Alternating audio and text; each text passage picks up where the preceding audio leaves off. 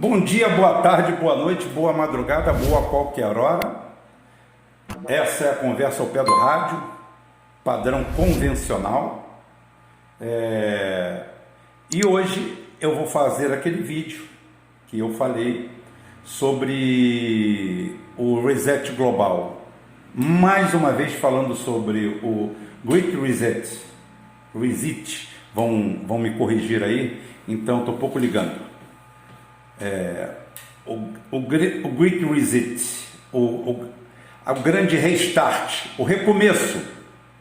O que é o recomeço da economia, de tudo? Bem, isso aí é um projeto do Ocidente para... Não pensem vocês que tudo que eu falo aqui, tudo que eu converso aqui, a única coisa que tem é que eu não tenho umbigo amarrado e eu não estou aqui para agradar as pessoas.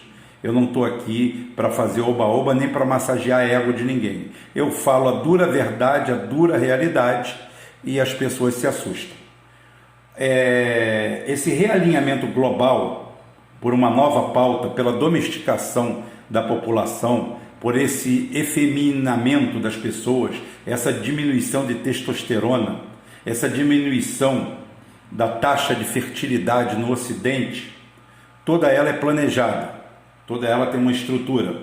Não tem lugar para muita gente rica no mundo, gente de primeiro mundo. Por que a vida nos Estados Unidos piorou? Porque cresceu muito a população. Estava ótimo quando eles tinham 200 milhões de habitantes, 150 milhões de habitantes, mas eles estão com mais de 310 milhões de habitantes. Então não tem isso aí. Você tem que acabar com essa humanidade de um jeito, vamos dizer assim, não muito contundente. Então essa promoção existe há algum tempo e nós temos que ir um pouquinho para a história e entender, mas eu vou fazer aqui um capítulo chamado Brasil, porque é o que interessa a gente. É um modelo geopolítico, mas é um modelo que interessa a gente. Tudo tem uma razão de ser. Sabe, no filme, você vê aquele filme americano, né? Aquele filme americano que obedece a uma esquete só. Aí você vê o cara brincando com um prego no começo do filme, brincando, mexendo numa madeira. Aí lá no meio do filme, no meado do filme, ele lembra daquilo, aí pega aquele preguinho e sai da prisão aonde ele estava preso, aonde o vilão o prendeu. É maniqueísmo. É uma cartilha, mas é isso aí que é o reset global. É um processo longo, e esse processo no Brasil, ele tem algumas vertentes. A primeira delas é simplesmente eliminar os personalismos políticos. Os personagens têm que ser criados, mas eles não podem ficar maior do que quem os criou. O Lula cometeu esse erro grave. Ele cresceu mais do que o cargo. A sorte que o Lula era o Lula. O Lula é um sindicalista de acordo, de acerto, de conchavo, e aceitou todo o processo nas costas dele. Depois colocaram lá, através de várias mãos, a Dilma, que inicia um governo totalmente identitário, cercado de identitários, norteado por identitários, e que explode na mão dela as manifestações de 2013. Manifestações monstros, aonde ela não teve atitude alguma, não botou o serviço reservado das Forças Armadas, tudo que tinha à mão, para identificar e prender na Lei de Segurança Nacional como um presidente deve atuar nesse momento. As Forças Armadas pediram poder para atuação e ela negou esse poder, abrasando mais a situação. Não satisfeita, depois ela veio com a Comissão da Verdade, rasgou a anistia, que foi multilateral e que abonou muita gente. Tinha muita gente que deveria estar presa, cumprindo cadeia por ser bandido, mas foi aposentado como preso político. Muitos recebem pensão, inclusive ela recebe pensão disso aí, o Lula idem, e outros. Mesmo assim, ela rasga tudo aquilo e cria uma situação de conflito quase incontornável entre esse modelo mais à esquerda e as Forças Armadas. A primeira parte do trabalho estava mais ou menos feita. Precisava de outra parte, que o Brasil tinha pego protagonismo lá fora, sim, graças ao Lula, sim. O Lula foi bom nisso? Foi. Com todos os erros dele não ter mexido em nada, além da tomada de 3 pinos estruturalmente, ele pontualmente fez muita coisa. Ele foi um bom embaixador, foi um bom vendedor, abriu crédito. O BNDES, que disseram que ele tinha explodido, sacaneado, quando abriram as caixas do BNDES, estava tudo lá certinho. Então, covardia que fizeram com ele, a história do... Eu estou falando aqui a real, a verdade, tá? A verdade.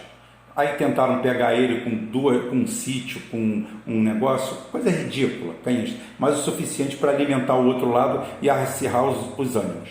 Quem fez isso tudo sempre é a Globo e a mídia, mas a Globo puxando na frente, a Veja fazendo o contraponto na parte mais intelectualizada e os outros vindo a reboque. As 5 famílias brasileiras da comunicação fazem o que é necessário.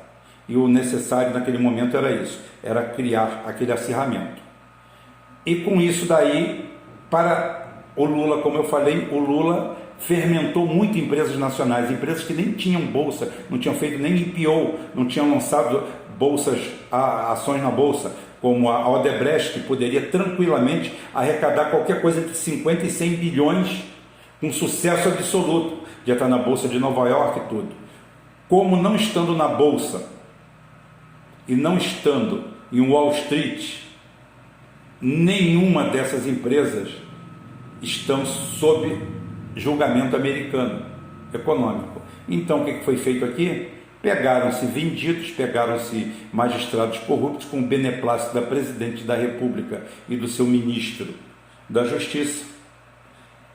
Fizeram isso aí, implementaram a Lava Jato e depois criaram uma invenção para dizer que foi com a Lava Jato, até com a risível história dos notebooks que teriam sumido com informações. Nada.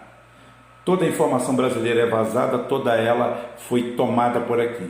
E não é à toa, nem por amadorismo ou brincadeira, que as redes sociais, Twitter, Facebook, todas elas desembarcam no Brasil nos idos de 2011 para cá, exatamente no governo Dilma, aonde o marco regulatório da internet é chutado. O Paulo Bernardo sai perseguindo com a Polícia Federal rádios clandestinas, rádios pequenas, destrói-se a informação capilar no Brasil. E ao mesmo tempo do que isso, é feito um processo de destruição, implodindo o sistema político no Rio de Janeiro. Lembre-se que tudo isso aí faz parte do mesmo sistema, implodindo o sistema político do Rio de Janeiro, porque o Rio de Janeiro é naturalmente o estado mais rico da União, pela capacidade energética dele, pelo petróleo que ele produz. O Rio de Janeiro é a reserva energética do Brasil, com mais importância do que São Paulo e suas indústrias, porque São Paulo e suas indústrias elas podem mudar de lugar, o petróleo não vai mudar de lugar, é aqui no Rio de Janeiro, onde anacronicamente a gente paga a gasolina mais cara do Brasil, mas isso é outro papo. Tá? Então é o seguinte, há um processo de desacreditamento total do Sérgio Cabral e de todos os políticos que sucederam. Mas Rubem, aí só tem ladrão. Olha, aqui só tem ladrão porque se procuram os ladrões aqui. Se você for em São Paulo e tiver o mesmo critério que você teve no Rio de Janeiro, vão ter que abrir outro Carandiru, só para tucano e para gente do Judiciário de São Paulo. Fora as ligações laterais e colaterais com o PCC. Ou seja, se usar o mesmo critério no Brasil, não fica um governo. O que você sugere? Deixar o Cabral impune? Bem, o Fernando Henrique Cardoso está impune. O Serra está impune. A filha dele é uma das donas do Mercado Livre. Uma das empresas aí que mais cresce no Brasil e na América Latina. Milionária, mora numa mansão milionária que custa mais de 2 milhões de dólares e, no entanto, só trabalhou recebendo salário de secretário de Estado, ministro de Estado, coisa que para uma pessoa decente e honesta é para morar num apartamentozinho simples de 2 quartos nos Jardins, velho e bem carqueirado. Mas com isso aí eles destroem e levam o centro político para São Paulo. levam a fórceps o centro político para São Paulo. Tá? E tudo isso vai se desenvolvendo. Tivemos a eleição de presidente. E agora sim, voltando para a atualidade, o desenho toma contornos dramáticos. E tudo começa a fazer sentido na eleição do Biden e a ascensão inexplicável do Guilherme Boulos. E eu vou explicar para vocês porque é inexplicável. O que leva as pessoas a virarem fenômenos políticos, como foi o caso do Bolsonaro, é às vezes um trabalho nem lento, mas um trabalho metódico, e ele não aparece como surpresa. Tá? Não aparece como surpresa. É um trabalho feito e aonde você vai vendo, o cara vai criando um fenômeno. Mas o Boulos é um fenômeno fora do fenômeno. O Boulos foi o candidato do PSOL que teve o pior desempenho na história do PSOL. Dentro do PSOL foi um fracasso. Teve 77 mil votos para presidente em São Paulo. Enquanto isso, você vai falar, o Márcio França, porque você está com dor de corno, Márcio França. Não, é análise.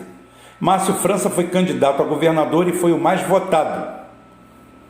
Nada aconteceu de novo. Tudo bem que um cresça, outro desça. O Márcio França tem a sua votação extremamente reduzida, cai do protagonismo, e Boulos, ninguém sabe com que votos e de onde vieram esses votos, porque as pessoas se perguntam umas às outras: você votou no Boulos? Eu não. E você? Você? Eu não. Mas acho que meu primo votou, porque ele trabalha na USP, e blá blá blá, e blá blá blá, e blá blá blá. O fenômeno político do Boulos não se explica. Não se explica. Não se explica de forma nenhuma. E as pessoas agora olham, o Boulos teve um aumento de 15 vezes, ou seja, o paulista passou a ser libertário, o paulista passou a ser um cara que aceita tranquilamente o discurso do Boulos, a mídia vê nele um garoto que é uma virtuose, que tem resposta para tudo, tudo que se perguntar ao Boulos, ele tem resposta. Ele é o explicadinho, tudo bonito. Não tem nada para atacar no passado dele, não tem passado, não tem nada. Calma que eu chego lá. Eu sei que a narrativa já está pronta, tá? Eu sei que a narrativa já está pronta. Vão dizer que o Covas é fraco, vão dizer que o PSDB cansou em São Paulo, e esquecem que o Covas passou com o pé nas costas para o segundo turno, diante de candidatos de pesos pesados, e que o Boulos, sem explicação alguma, aumentou essa votação toda. Isso sem ter apresentado nada. É apenas o Boulos, o mesmo que tinha tomado um chocolate, foi o 9º colocado para presidente, perdeu para todo mundo que você imaginar. E o que aconteceu? O Boulos teve uma carreira asfaltada, a mídia amestrada que tratou ele a pão de ló, e agora tudo se resume ao segundo turno. Primeiro, antes de tudo, deixa eu falar para vocês que o grande objetivo não é a eleição de São Paulo. Boulos pode ganhar ou não ganhar. Boulos vai sair fortalecido, vai sair de braços cruzados, com aquela cara em diagonal, de baixo para cima, mostrando poder e soberania, na capa de todas as revistas e de todos os jornais, mesmo perdedor, que o objetivo é a eleição presidencial de 22. Para isso, eles estão preparando Boulos, para ganhar ou para não ganhar. Mas se não, ele tem que ser o perdedor preferencial, para manter a estrutura do esquema totalmente dominada pelo capital estrangeiro, pelo rentismo, pelo establishment. Lula já tinha ido longe demais, alguns setores do PT já tinham ido longe demais, tá? Esqueceram que foram colocadas lá para derrubar o Brizola, depois tentaram fazer um grande acordo, viver sozinhos, um voo solo, e quebraram a cara, porque o sistema não perdoa, quem te bota, te tira. O Boulos deve saber disso, porque ele tem toda a carreira asfaltada em cima exatamente desses valores. O fenômeno do Lula lembra muito o fenômeno do Collor e do PC Farias e da República de Alagoas, que achou que podia muito e na hora certa foi castrado. Tá? E depois disso tudo veio o Bolsonaro trabalhando em cima do cenário destruído que a Dilma deixou. A Dilma destrói o cenário, joga a esquerda no chão, aceita a pecha de ladrão, vai para o tabuleiro, aceita que o seu líder no Senado seja preso, diz que não vai ficar pedra sobre pedra, incentiva a Lava Jato, haja vista que é, e depois faz um acordo para sair fora, entregar o cargo, a ponto que o Lula reverteu o impeachment e ela não. Ela falou que não honraria nenhum daqueles compromissos por um único motivo, porque ela não ia se vender. Ó, que lindo, que bonito. E assim ela cai e o resto é história, história recente. Mas vamos voltar à dinâmica dos fatos, tá? E por que é que o Boulos se transformou nisso tudo? Bem, a gente pode chamar isso aí de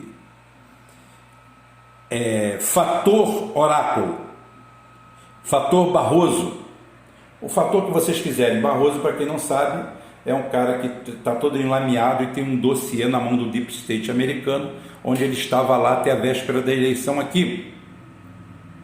Barrosão estava lá nos Estados Unidos, não sei com que conversa, com que papo, e veio para cá exatamente.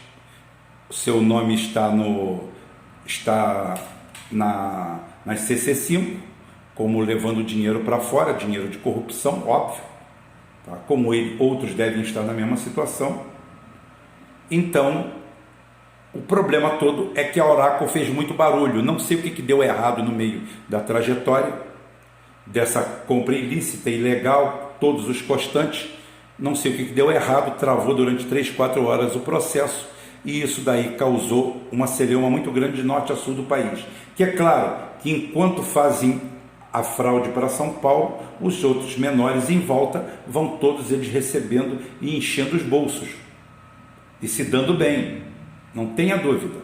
Todos eles arrumando os esquemas, vende aqui, vende ali, vende acolá. A fraude que aconteceu grande foi na totalização, foi lá. Ninguém sabe o que veio nem de onde veio, porque é tudo uma caixa preta que foi para uma nuvem, porque os TREs foram desabilitados. Isso prova que o processo é contínuo.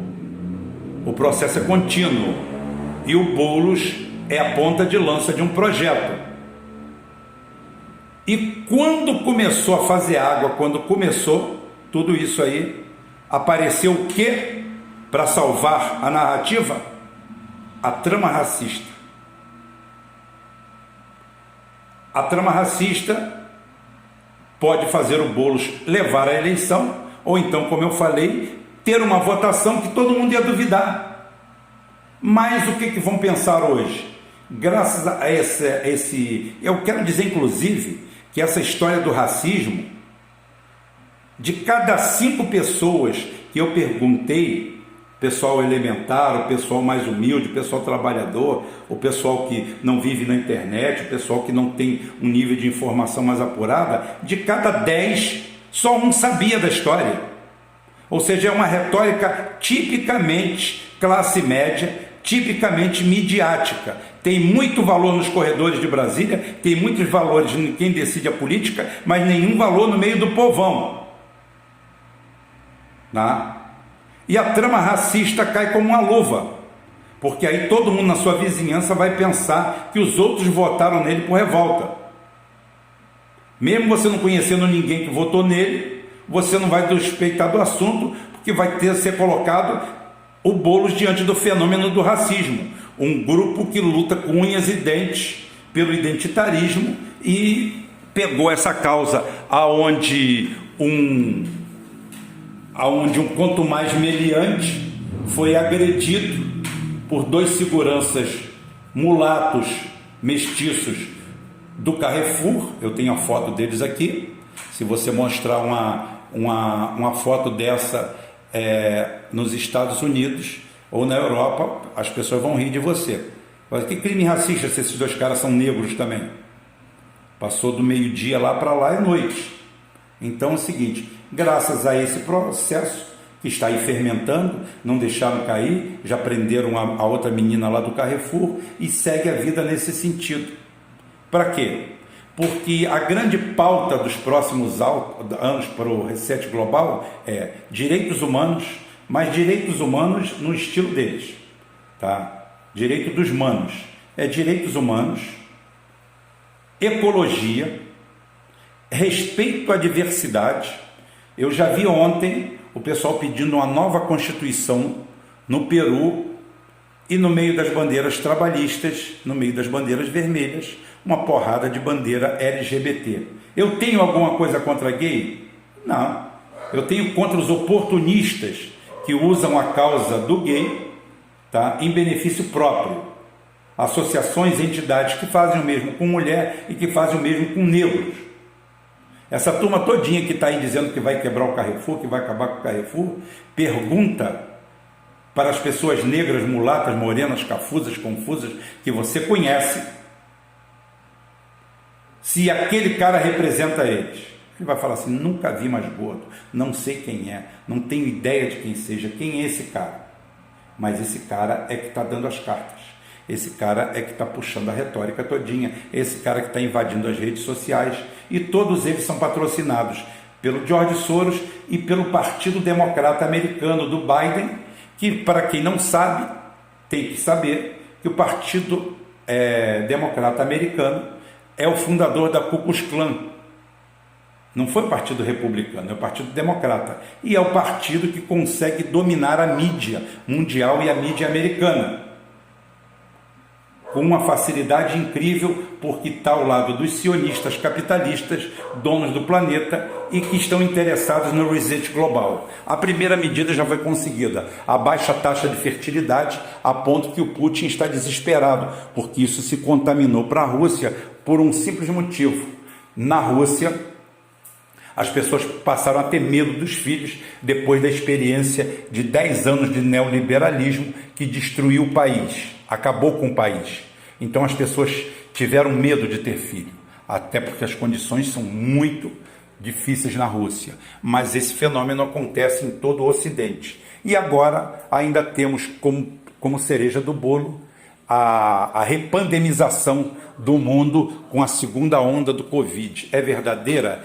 Vale a pena? É claro que não, é mais uma farsa, é algo mais farsa sobre farsa, e é isso aí que nós temos para hoje. Então, eu quero dizer para você que o Boulos pode até não ganhar, mas ele já é um vitorioso.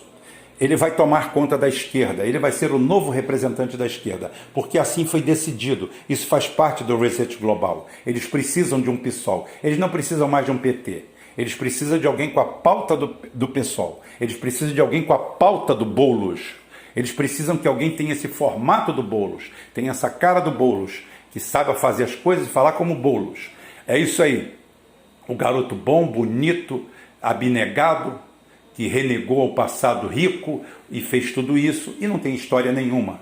Foi um baderneiro que apareceu em 2013 dizendo que não ia ter Copa, foi candidato a presidente, apareceu, sempre teve espaço na mídia, sempre teve sempre teve coluninha na Folha de São Paulo. Por quê? Baseado em quê? Não sei. Sempre teve tudo isso aí, e eis que agora aparece candidato a prefeito de São Paulo, e quando era para ter 30, 40 mil votos, a quantidade risível de votos que o PSOL tem em São Paulo, eis que aparece ele no segundo turno, disputando cabeça a cabeça, subindo. Se ele vai ser eleito ou não, vai depender dos donos do mundo, se vão querer isso para ele ou se o querem para 2022. Isso daí é um jogo de xadrez que nós estamos sendo jogados. Por isso que eu falo para as pessoas, dê um passo atrás e pense. Pensar não paga imposto. Para de fazer o joguinho.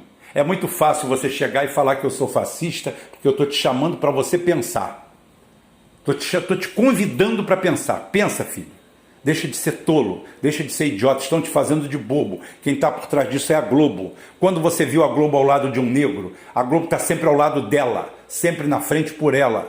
Onde você viu a Globo ao lado de um trabalhador? Há 4 anos atrás você queria atacar fogo na Globo. Agora você defendia a que as urnas fossem auditadas, e agora você já não fala nada, porque Manu ali, João e Maria, estão os dois no segundo turno e podem ter chance. Vocês se trocam pelo ópio do espaço entre 2 momentos. É isso que é trágico, é isso que é sofrível. E é isso que eu tenho para falar para hoje. Esse vídeo vai ao ar daqui a pouco e vocês vão escutar. Cheguei até aqui no final. Chegando aqui no final, você vai lá, procura o vídeo aqui na coluna e compra a sua camisa do portal Rubem Gonzalez. Ajude a gente a crescer mais um pouco, porque a gente precisa disso para crescer. Nós não temos padrinho e a gente não se alinha com ninguém. Você pode ficar magoado com o que a gente fala, mas o que a gente fala é pureza, pureza de alma. Falo como se estivesse falando para um irmão, para um filho. É isso aí. É isso que são vocês para mim, irmãos e filhos. Não pense você que eu tenho ódio de você porque você é negro, tenho ódio de você porque você é gay. Eu não tenho ódio de ninguém, eu amo todo mundo. Eu amo as pessoas que merecem ser amadas. Esse negócio de amar todo mundo incondicionalmente não é comigo não. Vagabundo, assassino, bandido, eu quero que vá para o inferno. Quer reformar? Reforma no inferno. Não aqui, não no meio da gente. Nós temos mais coisa para fazer. Fui!